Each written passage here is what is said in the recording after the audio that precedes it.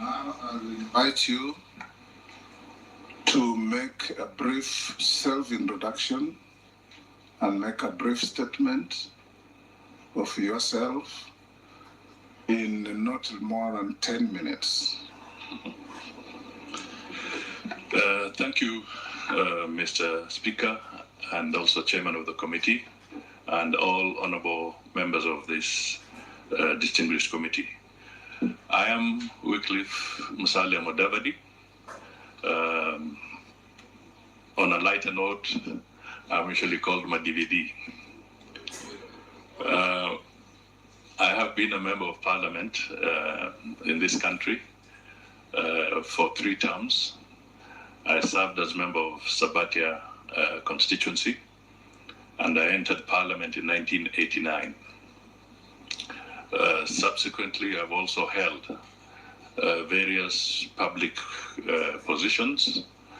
I have served as a Minister for Supplies and Marketing, Minister for Finance, Minister for Agriculture, Minister for Transport and Communications. I have also served as Minister for Local Government and Deputy Prime Minister. I have also served a short stint as a Vice President of the Republic of Kenya. Mr. Speaker, I've also been a member of leading political parties in this country.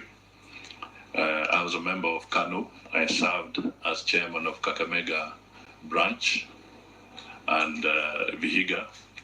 I have also been a member of the ODM party, where I was up to the level of deputy party leader. And at the same time, I have served as vice chair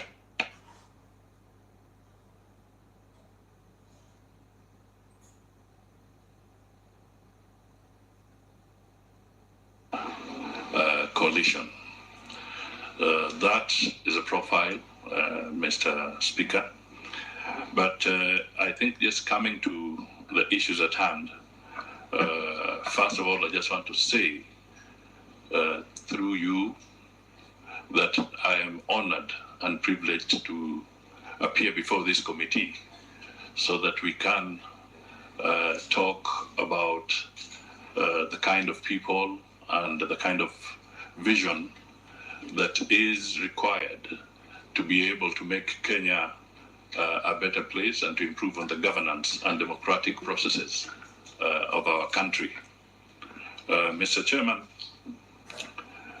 I will also, through this committee, extend my appreciation to the President of the Republic of Kenya, Dr. William Samoei Ruto, for having seen it fit to nominate me to this position of Prime Cabinet Secretary. Mr. Speaker, we have just come out of an election as a nation, and the country is facing several challenges.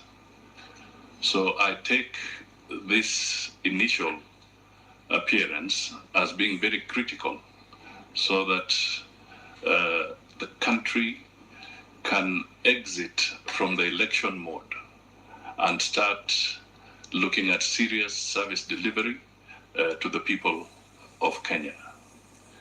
Mr. Chairman, appearing before this committee is significant because it underpins the new constitution we have, and it also underpins the importance that Parliament plays and is going to play in the governance of this country and in shaping the lives of the people of Kenya. So I am honored and I am ready to respond to any questions that may arise. But I would also want at this early stage, Mr. Chairman, to also raise a few issues that may be of my personal integrity. One of the issues that has constantly and regularly been brought up is the issue of the golden bag. Mr. Speaker, I want to state here that at the age of 33, I was appointed to the Ministry of Finance. That is in 1993. That is when the Goldenberg saga had been in existence and was coming to its full-blown situation. This was really a scheme where the intention of government in terms of export compensation scheme went sour, and it was misused, and it cost the country a lot of damage and expenses. Mr. Speaker, I took up the role of dismantling the network of the Goldenberg Hydra. There are so many issues to this, and subsequently, Mr. Speaker, there was even a judicial commission of inquiry under the government of President Mwai Kibaki when he was elected. This commission of inquiry was conducted over a 2-year period. And Mr. Speaker, I just wish to draw members, and I'll be availing the document here, the report of the Judicial Commission of Inquiry, specifically to page 220. There's a paragraph there that is very distinct about me, I think paragraph 589, which clearly brings out the details and exonerates me and even lauds me for having been the individual that stood firm and scuttled and dismantled the Goldenberg scam. That is one issue that I would like to bring up front. The other issue that I would like to bring up front, Mr. Speaker, Chairman, is that when I was in the Ministry of Local Government, there was also an issue about the cemetery scam. This is an issue that entailed overpricing of land by the City Council of Nairobi at that time. There were allegations that threw issues on me. The word of the Speaker. Yes. Chairman, I totally agree with the Honourable Member on the trajectory. I wanted to indulge the Speaker, the Chairman. But at this session, at this point, the minutes you gave is just for self-explanatory introduction. Yes. We will come to those issues in due course, Your Excellency. I mean, Mr. Speaker, in due course. Let him wind up on that. Yes. Thank you. I'll wind up. Thank you. Thank you, my friend. I just want to state that that matter, again, was dealt with. It went through the courts, and after investigations by the relevant agencies, those who were culpable were tried and convicted, and I was not one of them. So, Mr. Speaker, I just want to state that it is important that these issues hopefully will come to rest as the details come out, and I want to assure the members of this committee that it is my intention to work very closely and cooperate with the National Assembly, with the legislature, in ensuring that we have a better country. Thank you. Thank you for sticking to your 10 minutes. You have actually taken less. A few questions before we open you to members of the committee. Have you at any time held any position in a political party? Yes, Mr. Chairman, I have. Which is? I have. The most recent one was being party leader of the Amani National Congress. Are you still the leader? No, Mr. Chairman. Okay. Have you ever been dismissed from office for any conflict between personal interest and public or official duties? No, Mr. Chairman. Have you ever been adversely associated with practices that depict bias, favoritism, or nepotism in the discharge of public duties? No. Would you tell this committee your financial net worth? Mr. Speaker, yes, I would comment on that. If I take my investments in shares in various in some companies, and also the properties that I own, I would put my net worth at about 4 billion shillings. 4 billion. What are your current and anticipated sources of income? Mr. Speaker, rental income, dividends, where I have the shareholdings, and also interests, and of course other expenses that come from the farm. Honourable members of the committee, I'll now open the hearings to the committee. Basic rules that we agreed on. Questions must carry decorum. No personal issues, no parochial issues. And the nominee, you answer all the questions through the chair, so that you don't say, I'm answering Honorable Wandai or Honorable Jeanette. All questions are asked collectively as a committee through the chair. I'll give the first shot to the Honorable Kimani Ichung'wah. Thank you, Honorable Speaker. Honorable Speaker, the Honorable Musalia Mudavadi in the... As we proceed, you keep your eye on that clock. When it's 0, our time will be up. Thank you, Honorable. 10 minutes to 0, we will give the nominee an opportunity to make some closing remarks, some closing statements. Thank you, Honorable Speaker. Honorable Musalia, on your page 4 of the document that you submitted on self-declaration, you indicate on potential conflict of interest that you have none. And the question that follows after that is for you to explain how you would resolve any potential conflict of interest. And looking at your net worth and the schedule that you have submitted, I see you have interest in an aircraft, in exclusive air services. You have property on Riverside. I believe this is what you're getting rental income from, and other office space that you have also indicated through properties, offices owned by Triton Limited. Supposing the government of Kenya that if you are approved, you'll be serving under, list any of these properties, or one of the government institutions wanted to use this aircraft that you own, would that portend a potential conflict of interest, and how then would you deal with that? Mr. Chairman, clearly there are procedures.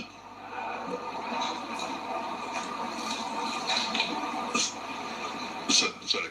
Mr. Chairman, clearly there are procedures that are in law that would make sure that there is a public disclosure or full disclosure under such circumstances if they did arise. But Mr. Speaker, I would also want to state that there are processes that would have to be followed legally, and I would not in any way interfere with such a process if it were to arise.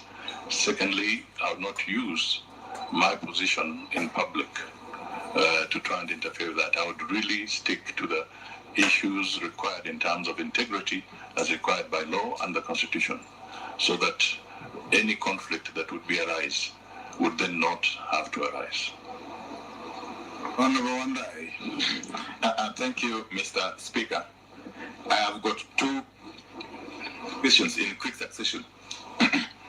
One, the Honorable Mudavadi, and following, or notwithstanding the ruling by the Speaker a while ago, you obviously know that in the coalition agreement that you entered into within the Kenya Kwanza Alliance, you did appreciate the fact that the position to which you have been nominated did not exist, or does not exist even as we speak And that's why in that agreement, there was a commitment that within 30 days, a legislation shall be introduced in Parliament to provide greater legal clarity on the position, roles, and functions of Prime Cabinet Secretary. That is at Article 21K of that agreement. I happen to have gone through it in the House after being tabled by my friend Honorable Kimani Chungwa. It goes ahead to say that the legislation to be introduced shall amend the National Government Coordination Act to include the office of Prime Cabinet Secretary as proposed herein to the existing structures under the aforesaid Act. To understand it, doesn't this really confirm that without such legislation having been introduced, now more than 30 days since the election, the position to which you are being proposed or recommended or nominated is anchored on quicksand, constitutionally speaking? That is one. Two, you were asked a while back if you have been mentioned in any corruption case or scandal, and I listened to your answers. But let me jog your memory, Honorable Museveni. On the civil case number 280 of 2007, that is the Kenya Anti-Corruption Commission versus Wycliffe Musalia Mudavadi. In this matter, you are being accused of having fraudulently acquired property in Woodley Estate in Nairobi, property that belonged to the public, a property that was under the care of the Nairobi County Council then. This property is reference number LR number 209-13-539/129. What do you have to say about this? And if indeed it is true that you participated in what Kenyans would love to call grabbing of public property, public land, how does that sit with the requirements under Chapter 6 of the Constitution? That if by any chance you are approved, you will be swearing to protect and adhere to. Thank you. Thank you. Thank you, Mr. Chairman. I'll start with that very point. This is the Woodley Estate. Woodley Estate is a property that belongs to now the county government of Nairobi. And I want to put it very clearly here that I stayed in Woodley, and our family has always had that premises. Now, I want to put it on record that to this day, we pay rent to the county government of Nairobi. At no time has that property ever been transferred. I want to put it on record here that the ethics or the Kenya Anti-Corruption body at that time went on a tangent that they had not verified the facts. I ended up also seeking legal redress for defamation on their part and for them having given out misleading information.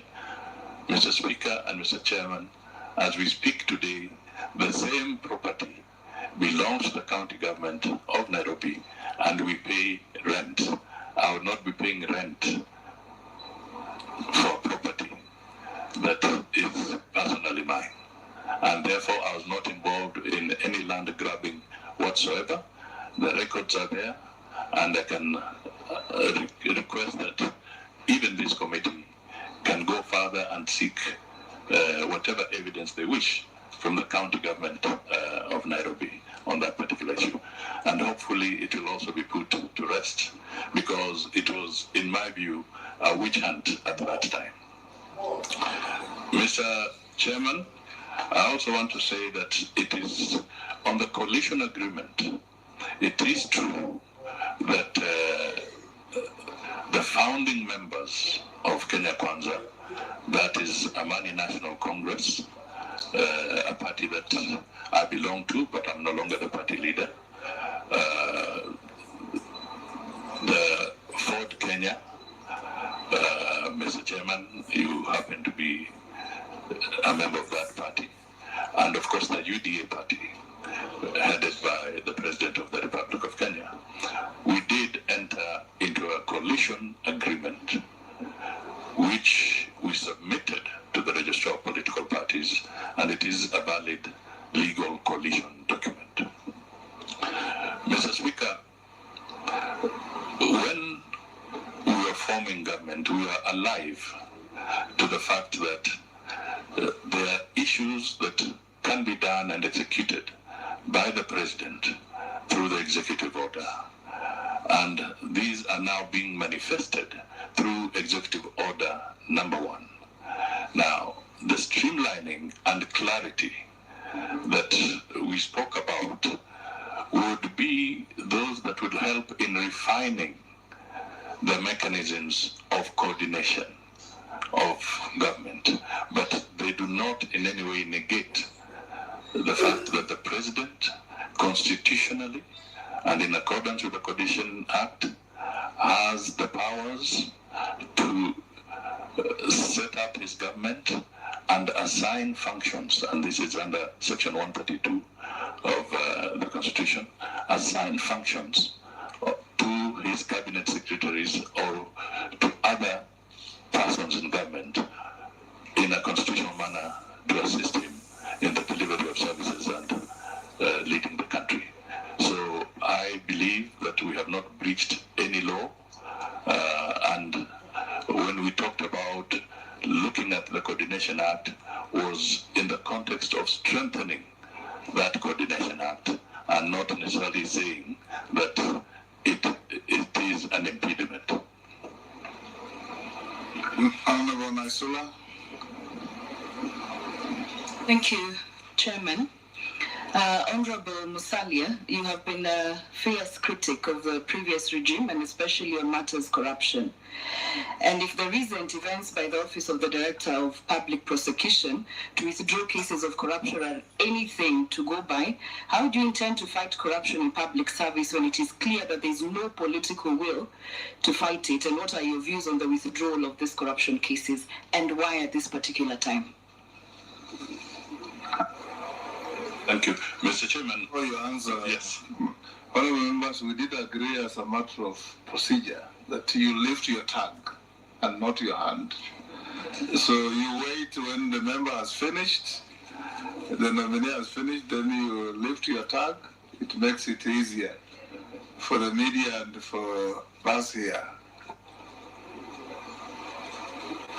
I think what we can do, if you have a pen and paper, Honorable Mudavadi, we can take 2, 3, 4 questions, then you can be able to answer. Okay, so raise your tags. Number 1 is Naisula. Number 2 is Robert Mbui. Number 4 is Majaraso. Number 5 is Emase. Then after that, we'll go another round. So know your number when one, and I encourage you to ask 1 question each.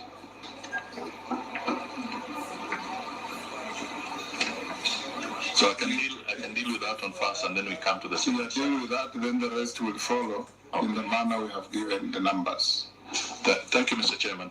I'd like to say that, first of all, I need to appreciate, and we all ought to appreciate, that the Office of the Director of Public Prosecution is an independent office, and we have no oversight over that office. It is independent and it makes its own decisions. So the details and circumstances of why he would drop cases, I think that office would be best suited to respond to it directly. But going forward, I think one of the things that we want to point out is that in the fight against corruption, I think we should move away from any attempt to weaponize or to try and use such battles against corruption for political purposes. So, Mr. Chairman, I am so refrained to comment in detail because, as I said, the DPP office would be best suited to respond to this. But I think going into the future, it should be clear that whenever we are dealing with corruption, we must avoid anything that is a witch hunt, anything that is politically instigated, and we must be sticklers of the law. And going forward, I think what is important is through Parliament to see how independent institutions within the justice system and of course those that handle other matters are properly